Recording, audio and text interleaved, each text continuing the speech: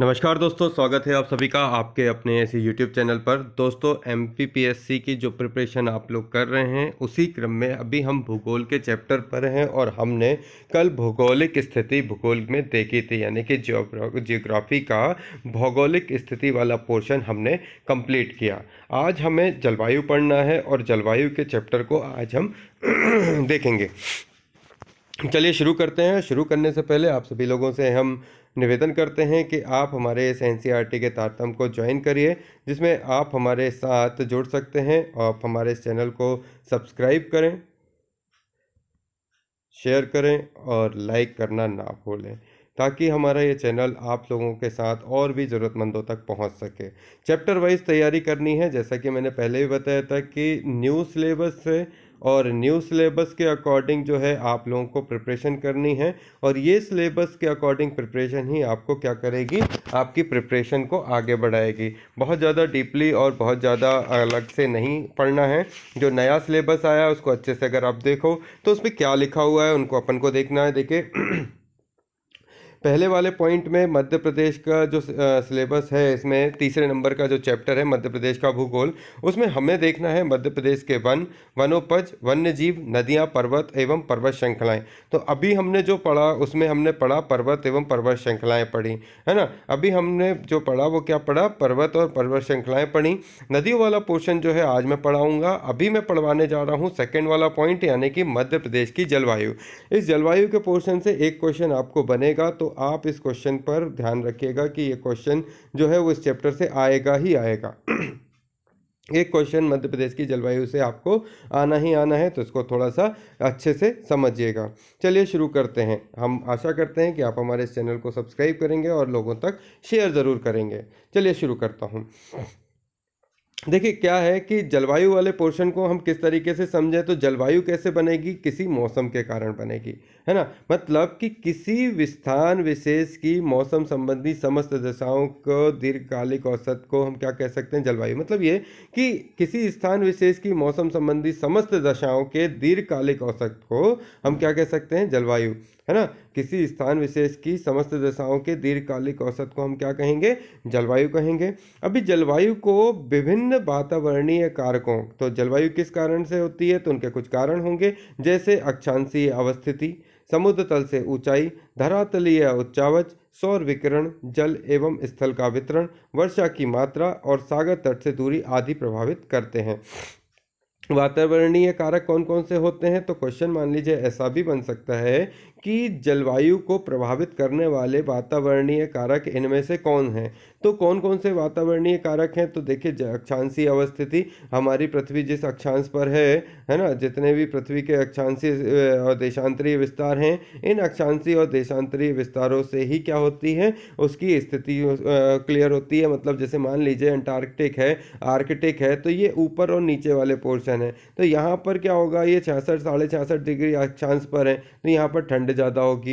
23.5 अंश कर्क रेखा है यहाँ पर, है ना, तो यहाँ पर क्या होगी, सूर्य जो है कर्क रेखा पर जब रहेगा तो गर्मी होगी, और उससे दूर होगा मकर रेखा पर होगा तो उस समय यहाँ पर सर्दी होगी। विषुवत रेखा पर तो है तो मतलब जो है गर्मी और ठंडी जो है वो एक बराबर होती है। तो इस तरीके के जो पोर्शन हमारे बनेंगे वो सब क्या कहलाएंगे, हमारे वातावरणीय कारक कहलाएंगे। तो ऐसे वातावरणीय कारकों के नाम क्या होंगे, अक्षांश की स्थिति, समुद्र तल से ऊंचाई, धरातलीय उच्चावच, कहीं ऊंचा है कहीं नीचा है, सौर विकिरण कैसी पड़ रही हैं, जल और स्थल का वितरण कैसा है, जल कैसा है, जल का वाला स्थान कितना है और स्थल का इतना कितना है, वर्षा की मात्रा, है ना, वर्षा की मात्रा कितनी होती है। अब चेरापूंजी है ना, तो वहाँ पर पानी ज़्यादा गिरेगा, है ना। मेघालय है ना, मासिन राम है, वहाँ अलग कुछ होगा। फिर मध्य प्रदेश के इंदौर में कुछ होगा, भोपाल में कुछ होगा, सागर में कुछ होगा।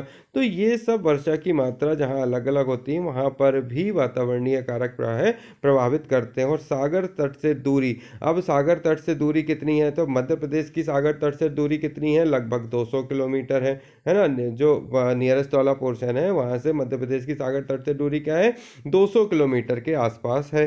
तो ये सब कारक क्या होते हैं, जलवायु को प्रभावित करते हैं। और जलवायु की डेफिनेशन मैंने क्या बताई कि किसी विशेष स्थान की मौसम संबंधी समस्त दशाओं के दीर्घकालिक औसत को हम क्या कह सकते हैं, जलवायु कह सकते हैं।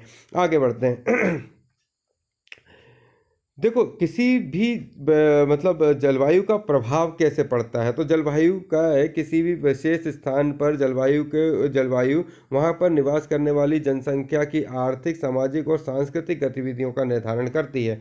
कैसे कि वहाँ किसी क्षेत्र विशेष की जलवायु ही वहाँ पर रहने वाली जनसंख्या की आर्थिक, सामाजिक और सांस्कृतिक गतिविधियों का निर्धारण करती है। मतलब जो लोग जिस जगह पर रहते हैं उसके आसपास का वातावरण, जलवायु ही उसका वातावरण बनाएगी कि वह आर्थिक रूप से वहाँ पर किस तरीके से रहेगा, सामाजिक रूप से और सांस्कृतिक रूप से। पर मान लीजिए कि अगर कोई व्यक्ति कोस्टल एरिया में रहता है, तो जब वो कोस्टल एरिया में रहेगा तो उस स्थान पर क्या होगा, उसे समुद्र ज़्यादा मिलेगा। तो यहाँ पर क्या होगा, इसको इस हिसाब से रहना होगा कि वो कोस्टल एरिया के आसपास के क्षेत्र में रहने लायक अपने आप को बना सके। क्यों? क्योंकि यहाँ पर क्या होगा, जो टेम्परेचर है वो क्या है, नॉर्मल एक जैसा रहता है। ठीक है, यहाँ पर ह्यूमिडिटी ज़्यादा होती है, फिर मछली के संसाधन यहाँ पर ज़्यादा होते हैं, है ना, और चीज़ें कम होती हैं। तो वो सब चीज़ें अपने आप को क्लाइमेट के अकॉर्डिंग डिसाइड कब करता है, जैसा जगह होगी वैसी जलवायु ही उसकी आर्थिक, सामाजिक और सांस्कृतिक गतिविधियों का निर्धारण करती है। ये बात मैंने आपको बोली। अब आते हैं जलवायु के बाद मानसून पर। मानसून कैसे आता है, तो देखो मानसून जो है पवनों के प्रवाहित होने की एक व्यवस्था होती है। मानसून क्या होता है, हवाओं के बहने का एक क्रम कहला गया। मतलब मानसून पवनों के प्रवाहित होने की एक व्यवस्था होती है, जो कि यह है दक्षिण और दक्षिण पूर्व एशिया में पाई जाती हैं। कहाँ पाई जाती हैं, जो क्या होती हैं, दक्षिण व दक्षिण पूर्व एशिया में पाई जाती हैं, है ना। क्यों कहाँ पाई जाती हैं, दक्षिण व दक्षिण पूर्वी एशिया में पाई जाती हैं। ये मानसूनी पवनें इस क्षेत्र की जलवायविक दशाओं को प्रभावित करती हैं। फिर से सुनना, मानसून पवनों के प्रभावित होने की एक व्यवस्था है जो दक्षिण और दक्षिण पूर्व एशिया में पाई जाती हैं। देखो दक्षिण और दक्षिण पूर्व एशिया, एशिया महाद्वीप मैंने बताया था, उस एशिया महाद्वीप में नीचे की तरफ ये जो भारत वाला हिस्सा है, तो इसमें क्या बोल रहा हूँ मैं कि मानसून पवनों के प्रवाह की एक व्यवस्था है जिस जो दक्षिण और दक्षिण पूर्व क्या हो गया, है ना, ये पूर्व हिस्सा है, ये दक्षिण होता है। तो एशिया महाद्वीप में दक्षिण और दक्षिण पूर्व एशिया में पाई जाती हैं ये मानसूनी पवनें, और ये मानसूनी पवनें इस क्षेत्र की जलवायु दशाओं को प्रभावित करती हैं। तो कौन कौन सी बताई, दक्षिण और दक्षिण पूर्व एशिया में पाई जाती हैं पवनें। भारत की जलवायु में अनेक प्रादेशिक भिन्नताएं पाई जाती हैं। जैसे क्या होती हैं, अनेक प्रादेशिक भिन्नताएं पाई जाती हैं, जैसे कि पवनों का प्रतिरूप, वर्षा, तापमान, ऋतु परिवर्तन, आर्द्रता और शुष्कता की मात्रा में अंतर आदि जो है वो क्या पाया जाता है, प्रादेशिक भिन्नताएं पाई जाती हैं। इसके बाद आगे जाते हैं तो यहाँ पे पढ़ते हैं, मानसून शब्द की उत्पत्ति अरबी भाषा के मौसम नामक शब्द से हुई है, और जिसका अर्थ है मौसम अथवा ऋतु। क्या होता है, मौसम अथवा ऋतु होता है। मानसून से अभिप्राय ऐसी जलवायु से है जिसमें ऋतुओं के अनुसार पवनों की दिशा में उत्क्रमण रिवर्सल हो जाता है, और अर्थात ग्रीष्म ऋतु में पवनों की दिशा दक्षिण पश्चिम से उत्तर पूर्व एवं शीत ऋतु में उत्तर पूर्व से दक्षिण पश्चिम की ओर हो जाती है। फिर समझना, मानसून की उत्पत्ति जो है अरबी भाषा के मौसम शब्द से हुई है, जिसका अर्थ होता है मौसम या ऋतु। मानसून से अभिप्राय ऐसी जलवायु से है जिसमें ऋतुओं के अनुसार पवनों की दिशा में उत्क्रमण हो जाता है, इनकी रिवर्सल हो जाता है। पवनों की दिशा मानसून के आधार पर क्या हो जाती है, बदलती रहती है। पवनों की दिशा मानसून के आधार पर कैसे बदलती है कि जब ग्रीष्म ऋतु में पवनें चलती हैं तो वो क्या होती हैं, दक्षिण पश्चिम, है ना, ये उत्तर, ये दक्षिण, ये पूर्व और ये पश्चिम। तो दक्षिण पश्चिम, जब ग्रीष्म ऋतु आती है तो मानसूनें क्या होती हैं, दक्षिण पश्चिम से उत्तर पूर्व की ओर चलती हैं। मतलब ये यहाँ से यहाँ की तरफ चलती हैं, और शीत ऋतु में ये उत्तर पूर्व से लेकर दक्षिण पश्चिम की ओर चलती हैं, है ना। तो इस तरीके से ये ग्रीष्म ऋतु में हवाएं जो है ऊपर की तरफ उठती हैं, तो ये जब यहाँ से यहाँ की तरफ जाती हैं तो क्या करती हैं, ये यहाँ से हवा में मानसून के पानी के बादल को लेकर जाती हैं, और ये यहाँ पर वर्षा होती है, और लौटते समय जब ये यहाँ से वापस आती हैं तो ये उत्तर पूर्व से ये दक्षिण पश्चिम की तरफ ये हवाएं रोटेट होती हुई आती हैं। तब ये ठंड के समय पर यहाँ तमिलनाडु वाले क्षेत्र में क्या होता है, पानी गिरता है, मानसून यहाँ पर आता है। अब आते हैं मध्य प्रदेश की जलवायु, है ना। देखो मध्य प्रदेश जो है उसकी जलवायु की अगर बात करें तो मध्य प्रदेश उष्ण उपोष्ण कटिबंधीय यानी कि सब ट्रॉपिकल जलवायु क्षेत्र में स्थित है। ये क्वेश्चन कई बार पूछा जा चुका है कि मध्य प्रदेश की जलवायु कैसी है। तो मध्य प्रदेश उपोष्ण कटिबंधीय जलवायु क्षेत्र में स्थित है और यहाँ की जलवायु कैसी है, उष्ण कटिबंधीय मानसूनी है। फिर से सुन लो, मध्य प्रदेश जो है जिस जलवायु क्षेत्र में है उसको बोलते हैं सब ट्रॉपिकल यानी कि उपोष्ण कटिबंधीय। तो मध्य प्रदेश सब ट्रॉपिकल रेंज में आता है जिसे उपोष्ण कटिबंधीय कहते हैं और यहाँ की जलवायु जो है उष्ण कटिबंधीय मानसूनी है। कैसी है, उष्ण कटिबंधीय मानसूनी जलवायु यहाँ पर पाई जाती है। ठीक है, तो ये क्वेश्चन जो पूछा जाता है इसको मैंने आपको बताया। अभी नेक्स्ट आगे क्या, कर्क रेखा मध्य प्रदेश को 14 राज्यों में 14 जिलों से गुजरती है। कर्क रेखा मध्य प्रदेश के 14 जिले से गुजरती है। कौन कौन सी, तो देखो रतलाम, उज्जैन, आगरमालवा, राजगढ़, सीहोर, भोपाल, विदिशा, रायसेन, सागर, दमोह, कटनी, जबलपुर, उमरिया और शहडोल से गुजरती है। कल भी मैंने आपको बताया था, चाहो तो आप उस वीडियो को देख सकते हो, है ना, उसको मैंने मैप में समझाया था। कोपेन के वर्गीकरण के अनुसार मध्य प्रदेश के दक्षिण पश्चिम में स्थित झाबुआ, धार, अलीराजपुर, बड़वानी, खरगोन, हाँ जी, कोपेन के वर्गीकरण मतलब जो अलग अलग वो हैं, मतलब वर्गीकरण देने वाले जो जितने भी मतलब साइंटिस्ट हैं, तो उनकी बताऊं तो देखो कोपेन ने एक वर्गीकरण किया था। उनके अनुसार उन्होंने बताया है कि मध्य प्रदेश के दक्षिण पश्चिम में स्थित झाबुआ, धार, अलीराजपुर, बड़वानी, खरगोन, खंडवा, बुरहानपुर जिलों की जलवायु AW है ना, सॉरी उष्ण कटिबंधीय सवाना है ना, AW उष्ण कटिबंधीय सवाना एवं राज्यों के अन्य भागों में CWG शुष्क शीत वाली जलवायु मानसूनी जलवायु पाई जाती है। फिर से समझना, कोपेन के वर्गीकरण के अनुसार क्या है, कोपेन ने वर्गीकरण किया, उसके अनुसार मध्य प्रदेश के दक्षिण पश्चिम में स्थित, दक्षिण पश्चिम में स्थित दो, ये हो गया आपका दक्षिण और ये हो गया पश्चिम, मतलब इस हिस्से में मध्य प्रदेश के, सॉरी ये मध्य प्रदेश का जो हिस्सा है इसके इस हिस्से में दक्षिण पश्चिम हिस्से में, ये दक्षिण और ये पश्चिम, इस हिस्से में मध्य प्रदेश के दक्षिण पश्चिम हिस्से में अपन ऐसा बना लेते हैं क्योंकि यहाँ पर ये मुंडी है और फिर इस तरीके से ऐसा है मध्य प्रदेश। तो इस दक्षिण और पश्चिम वाले क्षेत्र में, ये दक्षिण हो गया ये पश्चिम हो गया, तो इस क्षेत्र में झाबुआ, धार, अलीराजपुर, बड़वानी, खरगोन, खंडवा, बुरहानपुर जिलों की जलवायु AW है ना, दक्षिण पश्चिम क्षेत्र में जलवायु क्या है, AW है। और एवं राज्य के अन्य भागों में CWG शुष्क शीत वाली मानसूनी जलवायु है। उष्णकटिबंधीय सवाना और शीत और शुष्क शीत वाली मानसूनी जलवायु कौन कौन सी हैं, AW उष्णकटिबंधीय सवाना बोलते हैं जिसको, AW को क्या बोलते हैं, उष्णकटिबंधीय सवाना बोलते हैं। और CWG CWG इसका कलर बदल लेते हैं यार अपन, है ना, CWG है ना, CWG जो है वो क्या कहला जाएगा, CW है ना जी, इसको अपन बोलेंगे शुष्क शीत वाली मानसूनी जलवायु, शुष्क शीत वाली मानसूनी जलवायु, उष्णकटिबंधीय सवाना जलवायु। तो ये दो बातें मैंने आपको समझा दी भाई, है ना, इसी को ही रहने देते हैं, आगे बढ़ते हैं। मध्य प्रदेश राज्य को उच्च भूमियों का यानी कि हाईलैंड उच्च भूमियों का प्रदेश कहा जाता है क्योंकि इसके अधिकांश भागों की ऊंचाई समुद्र तल से लगभग कितनी है, 300 मीटर है। और मध्य प्रदेश एक भू आवेशित राज्य है।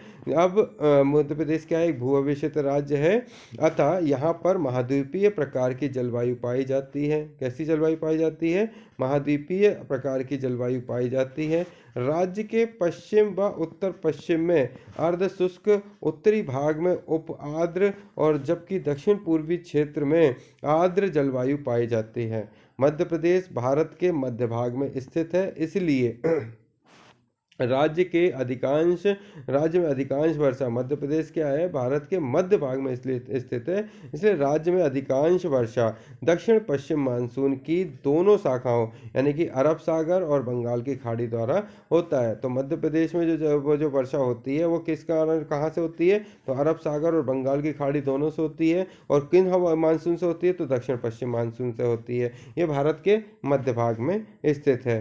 राज्य के उत्तर पश्चिमी भाग में शीत ऋतु में लगभग 5 से 10 सेंटीमीटर वर्षा पश्चिमी विक्षोभ यानी शीतोष्ण कटिबंधीय चक्रवात से होती है। फिर समझना, अभी ठंड के वक्त पे क्या चल रहा है, में उत्तर पश्चिमी भागों में राज्य के उत्तर पश्चिमी भाग, मतलब ये उत्तर, ये पूर्व और ये पश्चिम है ना, तो राज्य के उत्तर पश्चिमी भाग में लगभग 5 से 10 सेंटीमीटर वर्षा पश्चिमी विक्षोभ के कारण होती है, जिससे शीतोष्ण कटिबंधीय चक्रवात से होती है।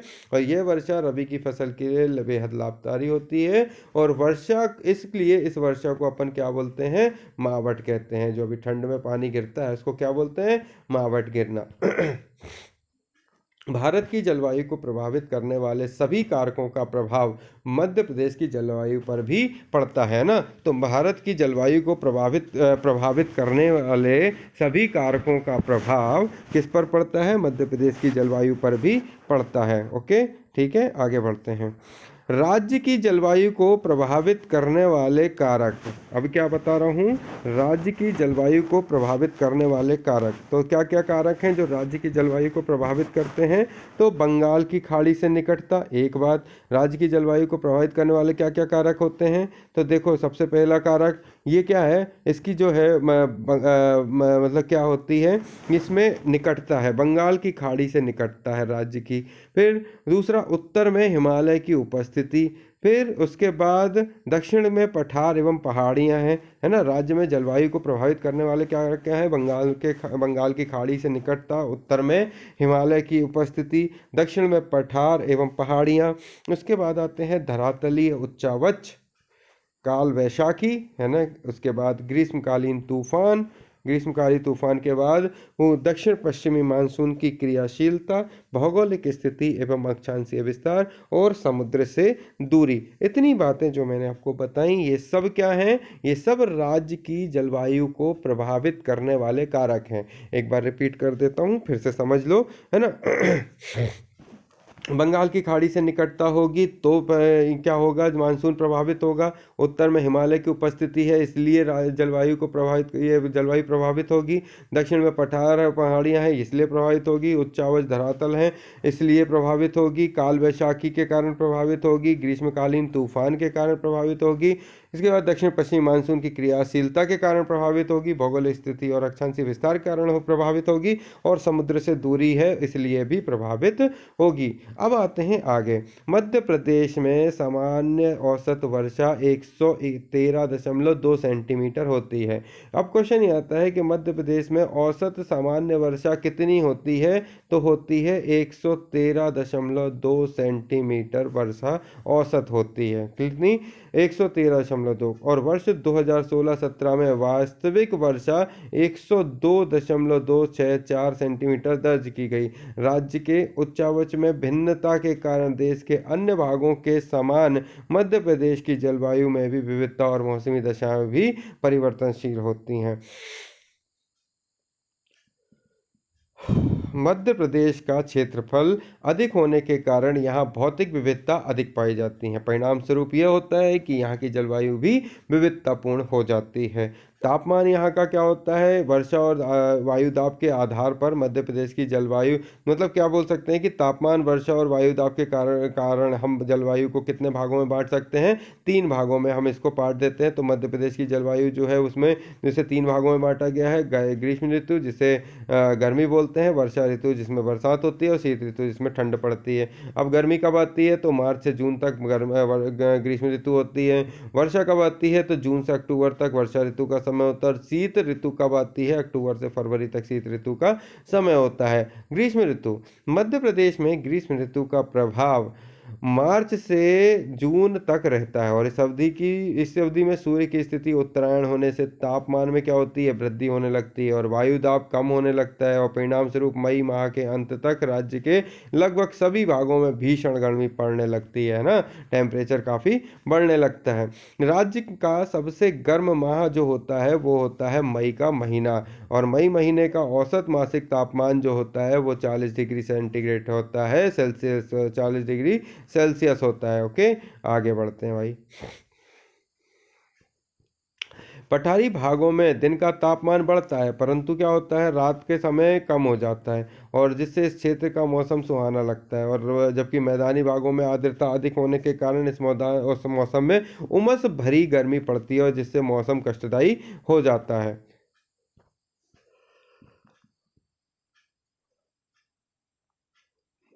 आगे बढ़ते हैं। मध्य प्रदेश राज्य का सबसे गर्म स्थान जो होता है वो भिंड होता है। मध्य प्रदेश का वह राज्य जहाँ सबसे अधिक गर्मी होती है, वह गर्म होता है, तो वह है भिंड। और जो औसत रूप से सर्वाधिक गर्म जिला माना जाता है, किसको? भिंड को।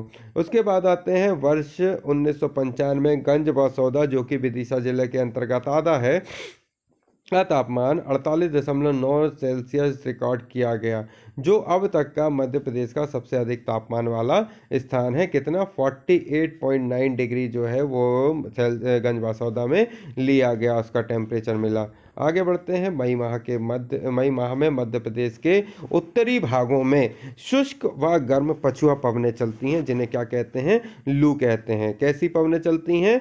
शुष्क और गर्म पछुआ पवनें चलती हैं, जिसे अपन क्या कहते हैं? लू कहते हैं। और ये कब चलती हैं? मई के महीने में मध्य प्रदेश के उत्तरी भागों में चलती हैं। मानसून के आगमन से पूर्व बंगाल की खाड़ी में स्थानीय विक्षोभ यानी कि लोकल डिस्टर्बेंस के कारण मई माह के विनाशकारी चक्रवात विकसित हो जाते हैं। इन चक्रवातों का प्रभाव है ना तटीय क्षेत्रों यानी कि कोस्टल रीजन, तटीय क्षेत्रों में अधिक होता है, परंतु धरातलीय भाग के अंदर की ओर बढ़ने के साथ इनकी तीव्रता और प्रभाव दोनों ही क्रमशः कम होने लगते हैं, उनमें कमी आने लगती है। आगे बढ़ते हैं। बंगाल की खाड़ी के चक्रवातों का मार्ग उत्तर पश्चिम होने के इसका प्रभाव मध्य प्रदेश के दक्षिण पूर्वी भागों में अधिक पड़ता है, और जहां इनकी गति 40 से 50 किलोमीटर घंटा होती है। और ये चक्रवात मेघ गर्जन, तेज हवाएं और तूफानी वर्षा उत्पन्न करते हैं, जिस कारण प्रभाव से फसलों की अधिक क्षति होती है। वर्षा ऋतु। मध्य प्रदेश में दक्षिण पश्चिम मानसून का आगमन सामान्यतः जून तक माह तक होता है, और राज्य के दक्षिणी और पूर्वी भागों में सामान्यतः 12 जून तक वर्षा प्रारंभ हो जाती है। तो कब तक मानसून आ जाता है? तो अपन बोलते हैं कि 12 जून तक मानसून आ जाता है। फिर आगे बढ़ते हैं। राज्य में वर्षा दक्षिण पश्चिमी मानसून की दोनों शाखा, मध्य प्रदेश में जो है वर्षा होती है दक्षिण पश्चिमी मानसून से होती है, और किससे होती है? दोनों शाखाओं, अरब सागर और बंगाली खाड़ी दोनों से होती है। राज्य के पूर्वी तथा दक्षिणी पूर्वी क्षेत्रों में अधिकांश वर्षा बंगाल की खाड़ी की शाखा से, जबकि मतलब दक्षिणी क्षेत्र में, समझना फिर से, राज्य का जो पूर्वी क्षेत्र है वहाँ तथा दक्षिण पूर्वी क्षेत्र मतलब उत्तर दक्षिण पूरब पश्चिम, आप समझ में आएगा है ना, पश्चिम, सॉरी, राज्य के पूर्वी तथा दक्षिण पूर्वी, है ना, तो इस पूरे हिस्से में अधिकांश वर्षा बंगाल की खाड़ी की शाखा से, यहीं पे बंगाल खाड़ी नियरेस्ट है, सॉरी, बंगाल की खाड़ी के शाखा से, जबकि उत्तर पश्चिम, है ना, ये उत्तर और ये पश्चिम क्षेत्र है, उत्तर पश्चिम हवा मध्यवर्ती क्षेत्रों के दोनों शाखाओं में अरब सागर तथा बंगाल की खाड़ी द्वारा वर्षा प्राप्त होती है। अभी यहाँ पर जो दिया हुआ है इसमें देखो कितने % वर्षा कहाँ और कब होती है। तो 50% वर्षा जो है उसमें दिख रहा है 50 से 75 जो है डॉट है, स्ट्रेट लाइन 75 से 125, फिर 125 से 150 से जो है खड़ी लाइनों के बाद आड़ी लाइन है, और 150 सेंटीमीटर जो है वहाँ पर काला किया हुआ है। तो 150 सेंटीमीटर की वर्षा जो है इस पचमढ़ी वाले क्षेत्र में बस लिखा हुआ है, इसलिए अपन कह सकते हैं कि वहाँ पर ज़्यादा वर्षा होती है। अभी समझें आगे। मध्य प्रदेश में दक्षिण पश्चिम मानसून बंगाल की खाड़ी द्वारा सबसे अधिक वर्षा प्राप्त होती है। राज्य के अन्य क्षेत्रों में भी बंगाल की खाड़ी शाखा से वर्षा होती है, किंतु समुद्र तट से दूरी बढ़ने के साथ साथ वर्षा की मात्रा कम हो जाती है। अरब सागर मानसून की मुंबई शाखा जब मध्य प्रदेश के पश्चिमी क्षेत्र पहुंचती है तो मुंबई के पहाड़ी क्षेत्रों से उतरते समय घर्षण के कारण इसका तापमान बढ़ जाता है, जिससे आर्द्रता में कमी आती है, और परिणाम स्वरूप मध्य प्रदेश के पश्चिमी और उत्तर पश्चिमी क्षेत्रों में वर्षा की मात्रा कम कम हो जाती है। अरब सागर की केरल शाखा एवं बंगाल की खाड़ी की शाखा से मध्य प्रदेश की दक्षिण पूर्व में स्थिति ऊंची पहाड़ियों से टकराने के कारण इन क्षेत्रों में सबसे अधिक वर्षा होती है। राज्य में पठारी और मैदानी भागों के उच्चावच में अत्यधिक भिन्नता के कारण वर्षा की मात्रा में भी क्षेत्रीय भिन्नताएं पाई जाती हैं और यहाँ सबसे पहले वर्षा दक्षिण पूर्वी क्षेत्र में प्रारंभ होती है, तत्पश्चात उत्तर पूर्व, मध्यवर्ती और पश्चिमी भागों में होती है। मध्य प्रदेश में पूर्व से पश्चिम एवं दक्षिण से उत्तर की ओर वर्षा की मात्रा क्रमशः घटती जाती है और यहाँ सबसे अधिक वर्षा जुलाई और अगस्त महीने में होती है। दक्षिण पश्चिमी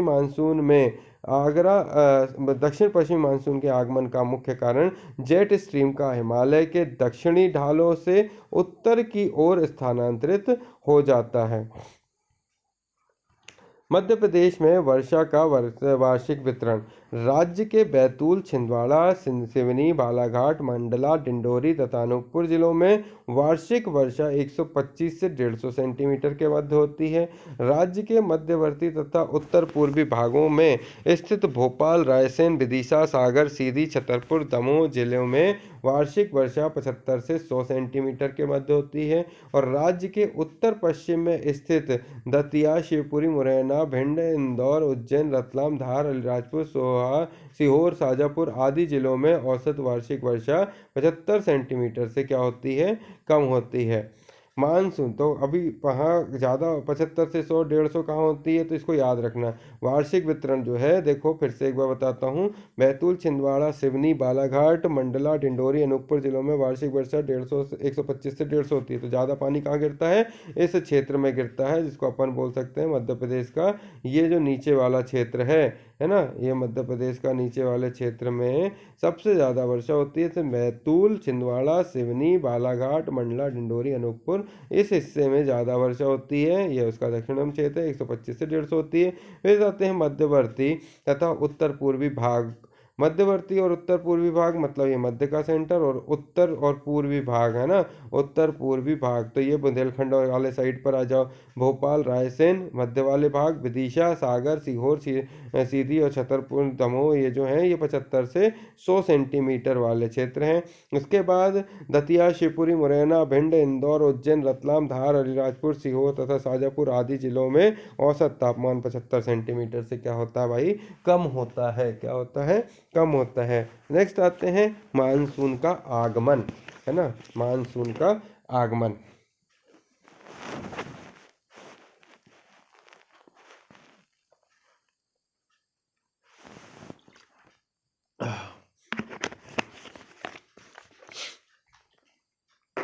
हाँ जी, नेक्स्ट बढ़ते हैं मानसून का आगमन। मई माह में, है ना, कब, मई महीने में, मई के महीने में उत्तर पश्चिमी भारत, कौन सा, उत्तर पश्चिमी भारत, ये हो गया उत्तर और ये हो गया पश्चिमी भारत के मरुस्थलीय क्षेत्रों का तापमान अधिक तेजी से बढ़ने के कारण वहाँ निम्न वायुदाब का क्षेत्र विकसित होने लगता है तथा जून के प्रारंभ में यह निम्न वायुदाब का क्षेत्र इतना शक्तिशाली हो जाता है कि वह हिंद महासागर से आने वाली दक्षिणी गोलार्ध की व्यापारिक पवनों को आकर्षित करने लगता है और दक्षिण पूर्वी व्यापारिक पवनें विषुवत रेखा को पार करके अरब सागर और बंगाल की खाड़ी में प्रवेश कर जाती हैं, जहां से ये भारत के ऊपर विद्यमान वायु परिसंचरण तंत्र में मिल जाती हैं। भूमध्य रेखीय गर्म समुद्री धाराओं के ऊपर से प्रभावित होने के कारण ये पवनें अपने साथ पर्याप्त मात्रा में आर्द्रता लाती हैं और भूमध्य रेखा को पार करने के पश्चात इनकी दिशा दक्षिण पश्चिम हो जाती है और इसी कारण इन्हें दक्षिण पश्चिमी मानसून कहते हैं। तो ये कारण याद रखना। दक्षिण पश्चिमी मानसून में वर्षा का आरंभ अचानक तीव्र मेघ गर्जन और विद्युत चमक के साथ होता है, जिसे मानसून का प्रस्फोट यानी कि बर्स्ट ऑफ मानसून कहते हैं। दक्षिण पश्चिमी मानसून का प्रभाव मध्य प्रदेश में मध्य अक्टूबर तक रहता है, इसलिए राज्य में मध्य जून से मध्य अक्टूबर का काल वर्षा ऋतु या दक्षिण पश्चिमी मानसून का काल कहलाता है। ठीक है, इसको मैं एक बार और समझा देता हूँ, उसको देख लो। मई के महीने में उत्तर पश्चिमी भारत के मरुस्थलीय क्षेत्र का तापमान क्या हो जाता है, तेजी से बढ़ने लगता है, जिससे निम्न वायु दाब का क्षेत्र जो है बनने लगता है। इसलिए हवाएं जो है वो तेजी से जो है वो निम्न वायु दाब का क्षेत्र इतना शक्तिशाली होता है कि वह हिंद महासागर से आने वाली दक्षिणी गोलार्ध की व्यापारिक पवनों को अपनी ओर क्या करने लगता है, खींचने लगता है। और दक्षिण पूर्वी व्यापारिक पवनें विषुवत रेखा को पार करके अरब सागर और बंगाली खाड़ी में प्रवेश कर जाती हैं। कौन सी? दक्षिण पूर्वी पवनें अरब सागर और बंगाल खाड़ी में प्रवेश कर जाती हैं और भारत के ऊपर विद्यमान वायु परिसंचरण तंत्र से क्या हो जाती हैं, मिल जाती हैं, और भूमध्य रेखीय गर्म धाराएं आर्द्र होकर पर्याप्त मात्रा में जो है वो जो है मॉइस्चर लेकर आती हैं, और इसलिए इसको अपन दक्षिण इसकी जो दिशा होती है वो दक्षिण पश्चिम होती है, इसलिए इसको दक्षिण पश्चिम मानसून कहते हैं। जुलाई में मध्य प्रदेश का औसत तापमान जो है वो क्या होता है, 30 डिग्री सेल्सियस होता है तक रहता है। इसके कारण यहाँ निम्न वायुदाब की स्थिति उत्पन्न हो जाती है। परिणाम स्वरूप बंगाल की खाड़ी में आने वाले तूफान या चक्रवातों का निरंतर आगमन होने लगता है। मध्य प्रदेश में सबसे अधिक वर्षा पचमढ़ी यानी कि होशंगाबाद में 215 सेंटीमीटर, और सबसे कम जो होती है वो गोहद भिंड में 55 सेंटीमीटर होती है। ठीक है, मध्य प्रदेश के दक्षिण पश्चिमी मानसून से लगभग 85% तक वर्षा होती है। क्या होता है?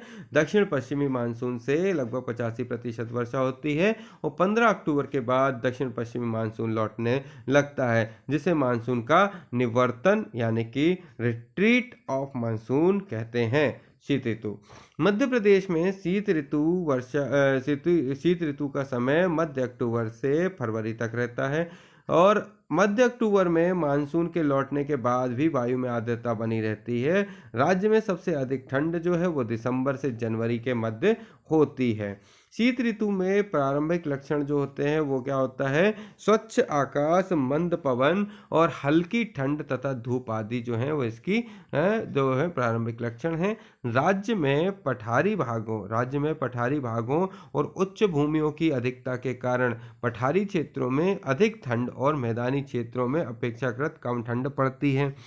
शीत ऋतु में बंगाल की खाड़ी में नवंबर के अंतिम सप्ताह से फरवरी के मध्य तक तूफानी मौसमी दशाएं विकसित हो जाती हैं, जिसे राज्य के दक्षिण पूर्व में कुछ मात्रा में वर्षा होती है, और परिणाम स्वरूप आकाश में बादल छाए रहते हैं, और वर्षा के कारण दिन का तापमान कम हो जाता है, जिससे ठंड अधिक बढ़ जाती है।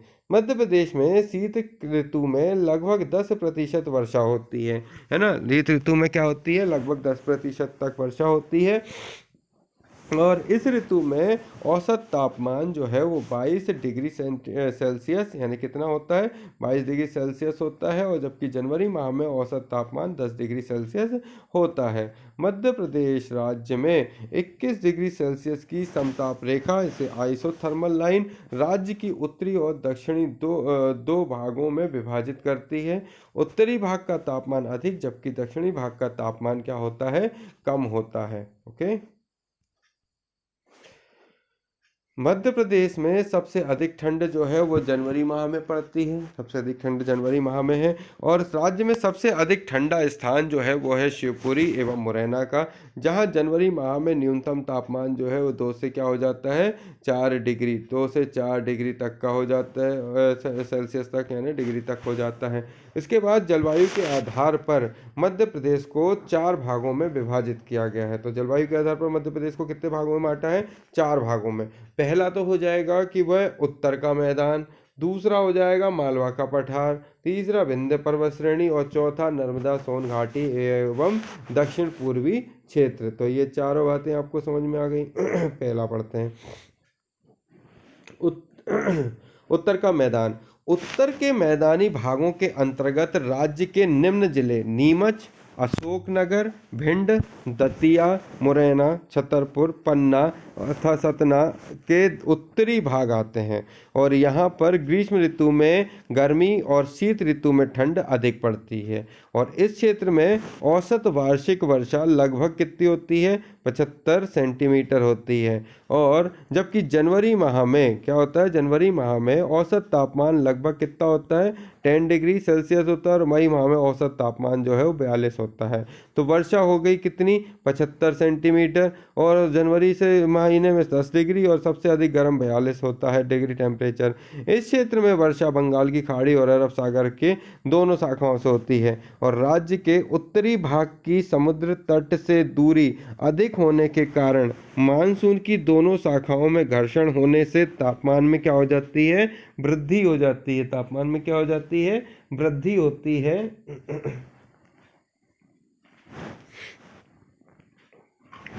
तापमान में क्या हो जाती है, वृद्धि हो जाती है, और जिससे आर्द्रता और वर्षा की मात्रा कम हो जाती है। उत्तर के मैदानी क्षेत्र के पश्चिम में 75 सेंटीमीटर से कम, उत्तर के मैदानी क्षेत्र के पश्चिम में, उत्तर का जो मैदानी क्षेत्र है उसके पश्चिम में 75 सेंटीमीटर से कम तथा पूर्वी क्षेत्र में 100 सेंटीमीटर तक वर्षा होती है। किंतु जिस वर्ष दक्षिण पश्चिम मानसून कमजोर होता है इन क्षेत्रों में सूखे की स्थिति उत्पन्न होती है, जिससे सामान्य जीवन अस्त व्यस्त हो जाता है। मालवा का पठार, मालवा का पठार क्या होता है कि एक शुष्क महाद्वीपीय जलवायु के लक्षण यहाँ पर पाए जाते हैं। यहाँ समशीतोष्ण जलवायु पाई जाती है। और इस क्षेत्र में अधिकांश वर्षा जो है वो किससे होती है, अरब सागर की मुंबई शाखा द्वारा होती है। मुंबई के उत्तर में स्थित पहाड़ियाँ एवं गुजरात के दक्षिणी भाग में वर्षा होती है। जब ये मानसूनी पवनें ऊंचाई से नीचे की ओर आती हैं तो आगे बढ़ती हैं, तापमान इसमें क्या हो जाता है, बढ़ जाता है। और इसके फलस्वरूप मध्य प्रदेश के पश्चिमी उत्तर पश्चिमी क्षेत्रों में वर्षा की मात्रा 50 से 75 सेंटीमीटर तक हो जाती है। कितनी हो जाती है, 50 से 75 सेंटीमीटर तक हो जाती है।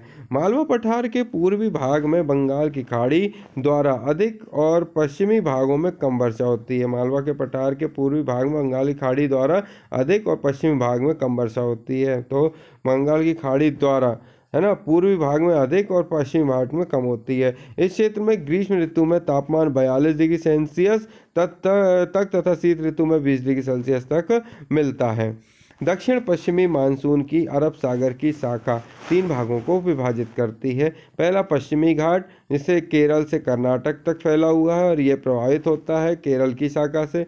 मुंबई के उत्तरी भाग से मध्य प्रदेश के पश्चिमी भाग की ओर बहने वाली जो है वो उसको अपन बोलते हैं मुंबई शाखा बोलते हैं। ठीक है, इसके बाद आते हैं सौराष्ट्र प्रायद्वीप और कच्छ की खाड़ी से टकराकर अरावली पर्वत के समांतर प्रवाहित होने वाली गुजरात की शाखा जो है इसको अपन बोलते हैं।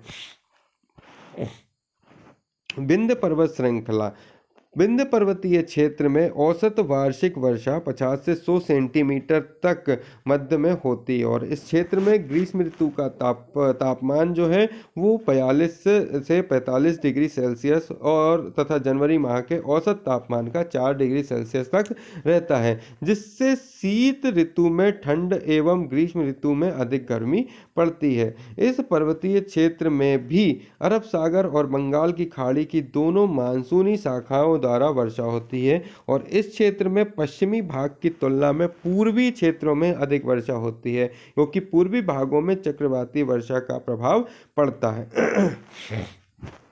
नर्मदा सोन घाटी एवं दक्षिण पूर्वी क्षेत्र, नर्मदा सोन घाटी क्षेत्र में मानसून की दोनों शाखाओं से वर्षा होती है। नर्मदा सोन घाटी में मानसून की दोनों शाखाओं से वर्षा होती है।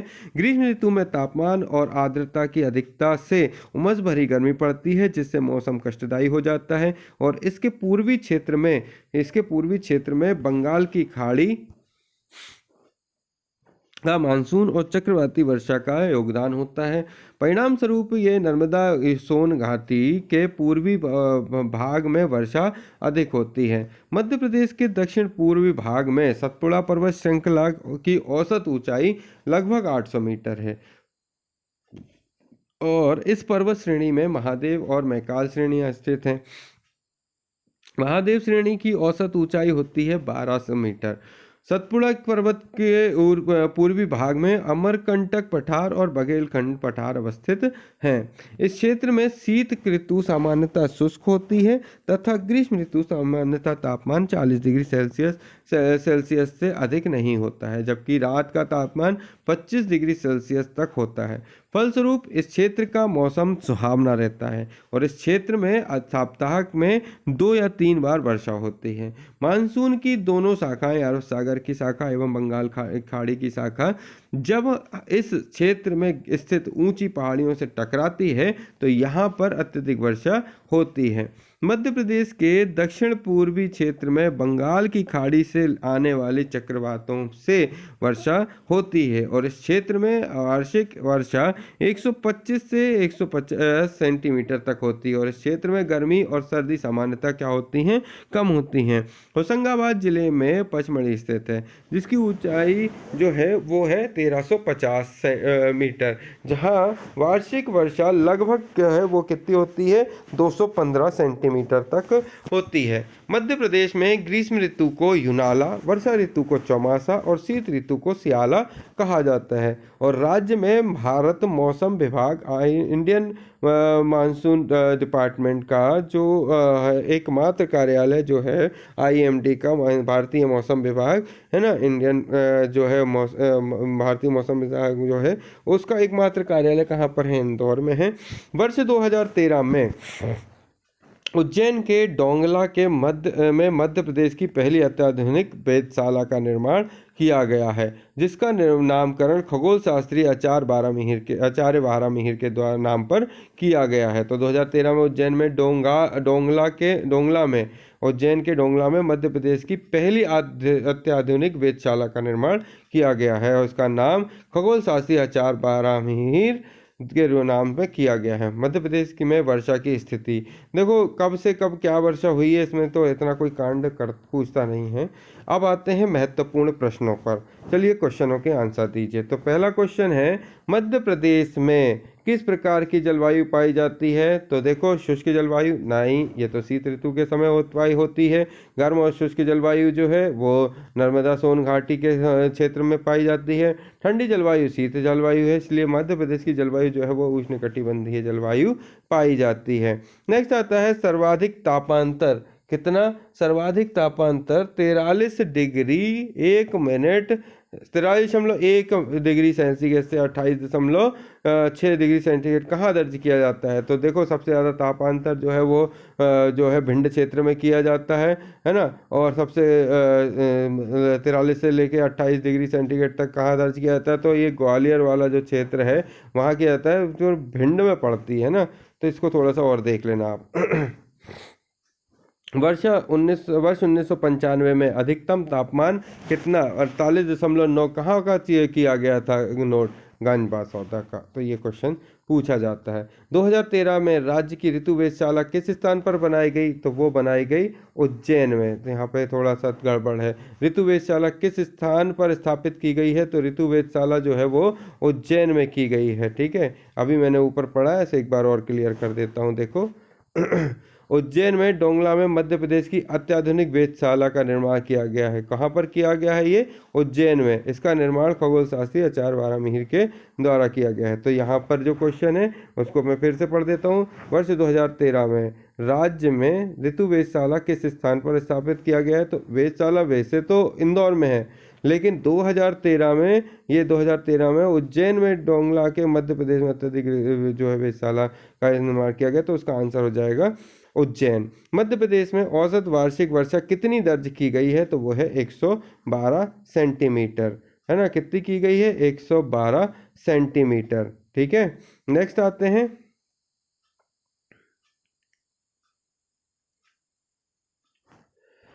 मध्य प्रदेश में ग्रीष्म ऋतु को अन्य किस नाम से जाना जाता है? तो ग्रीष्म ऋतु को युनाला बोलते हैं। ठीक है, ग्रीष्म ऋतु को युनाला, शीत ऋतु को जो है चौमासा, और उसके बाद वर्षा ऋतु को चौमासा और शीत ऋतु को सियाला कहा जाता है। ठीक है, इस तरीके से अभी अपन ने पढ़ा। ग्रीष्म ऋतु को क्या बोलते हैं? तो इसको बोलते हैं अपन युनाला।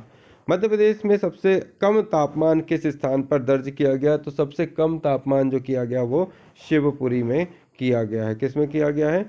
शिवपुरी में किया गया है। नेक्स्ट क्वेश्चन है, आगे डालते हैं।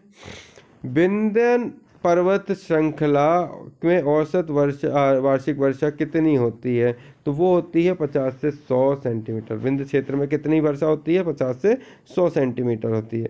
मध्य प्रदेश का औसत तापमान शीत ऋतु में कितना होता है? तो वो होता है 23.1 डिग्री सेंटीग्रेड। मध्य प्रदेश में सर्वाधिक वर्षा किस स्थान में होती है? तो नर्मदा सोन घाटियों के क्षेत्र में अधिक वर्षा होती है। मध्य प्रदेश को कितनी जलवायु प्रदेशों में विभाजित किया गया है? तो मध्य प्रदेश को 4 जलवायु क्षेत्रों में विभाजित किया गया है।